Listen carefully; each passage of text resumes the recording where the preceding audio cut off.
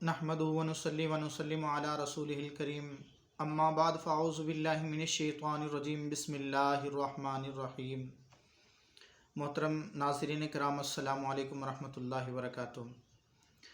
पूरी दुनिया के अंदर एक निज़ाम है, वोट के ज़रिए हुक्मरानों का इंतखाब होता है। हमारे मुल्क के अंदर भी वोटों के ज़रिए ही हुक्मरानों का इंतखाब होता है। तो वोट की शरई हैसियत क्या है, इस्लाम वोट के बारे में क्या कहता है, इस बारे में हमें कुछ मारूज़ात पेश करनी हैं। आपको जब नमाज, रोज़े, ज़कात, हज के मसाइल आते हैं, दरपेश हों, कोई भी मसला पूछना हो तो उलमा से आप इनके बारे में रहनुमाई हासिल करते हैं। उलमा मजहबी तौर पर आपकी रहनुमाई करते रहते हैं, जबकि इस्लाम मुकम्मल ज़ाब्ता हयात है। हर कदम पर, हर पहलू पर, हर मसले में इस्लाम रहनुमाई फरमाता है। इस्लाम सिर्फ नमाज, रोज़ा, ज़कात के मसाइल नहीं बताता, आपके तर्ज़ ज़िंदगी के हर कदम पर रहनुमाई करता है। तो वोट के बारे में भी तो आपको चाहिए कि इस्लाम के मानने वाले हैं तो उलमा से पूछें कि वोट की शरई हैसियत क्या है। लिहाजा मैं इसकी शरई हैसियत आज बताने लगा हूँ। वोट की शरई हैसियत ये है कि वोट जो है, जब आप किसी को वोट दे रहे हैं तो उसको क्या बना रहे हैं, उसकी 3 गवाहियाँ दे रहे हैं आप।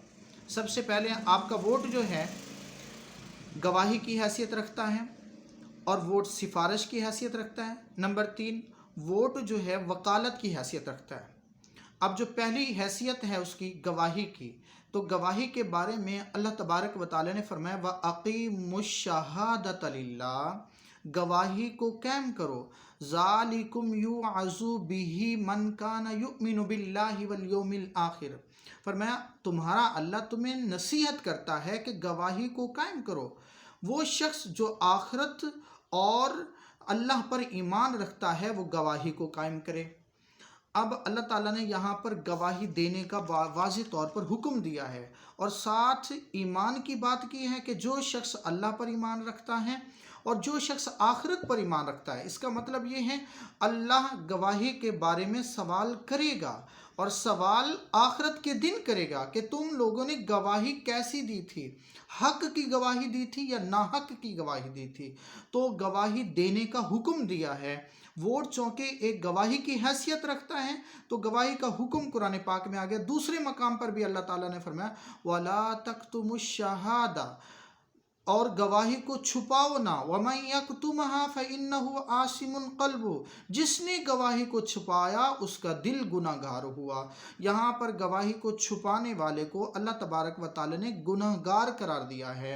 और हदीस मुबारक भी सुने 2 आयतों से, और तीसरी हदीस मुबारक समात फरमाइए। हदीस मुबारक में जहाँ कबीरा गुनाह बताए गए हैं वहाँ पर अनिल कबाइर, कबीरा गुनाहों में से एक गुनाह अशहादतुज़्ज़ूर, झूठी गवाही देना। जो शख्स झूठी गवाही देता है तो उसके बारे में फरमाया है कि कबीरा गुनाह करने वाला है। तो वोट एक गवाही की हैसियत रखता है। जहाँ पर वोट को छुपाना यानी गवाही को छुपाना गुनाह है और हक की गवाही ना देना गुनाह है, इसी तरह गलत के बारे में, गलत शख्स को वोट देना भी गुनाह है। और इसी तरह वोट की जो दूसरी हैसियत है वो है सिफारिश की। और सिफारिश क्या है कि वोटर ये कहता है कि फ़लाँ उम्मीदवार क्यों नुमाइंदगी दी जाए, मेरी तरफ से मेरा नुमाइंदा जो है फ़लाँ शख्स है, फ़लाँ उम्मीदवार जो है मेरी तरफ से वकालत करेगा और सिफारिश करेगा। तो कुरान पाक में सिफारिश के बारे में हुक्म है मन यशफ़ा शफ़ाअतन हसनतन यकुल लहू नसीबुम मिन्हा, जिसने किसी के बारे में अच्छी सिफारिश की वो उसमें से सवाब का हकदार ठहरा। और जिसने किसी के बारे में गलत, वमन यशफ़ा शफ़ाअतन सय्यअतन यकुल लहू किफ़लुम मिन्हा, जिसने गलत सिफारिश की किसी के बारे में वो उसमें से उस गुनाहगार का हकदार ठहरा। तो लिहाजा जिसने अच्छी सिफारिश की वो सवाब का हकदार ठहरेगा और जिसने गलत सिफारिश की वो गुनाह का हकदार ठहरेगा। और दूसरी हैसियत थी सिफारिश करने की और तीसरी हैसियत है वकालत की। अब वकालत क्या है किसी को वकील करना। वोट का तीसरा मतलब है वकालत करना। वकील, जब आप किसी मामलात में, दुनिया की अदालत में जब आपका फर्दन एक बंदे का कोई मामला होता है, कोई केस चल रहा होता है, आप वकील करते हैं, तो वकील वहाँ पर इंतखाब बहुत अच्छे तरीके से सोच समझ कर करते हैं।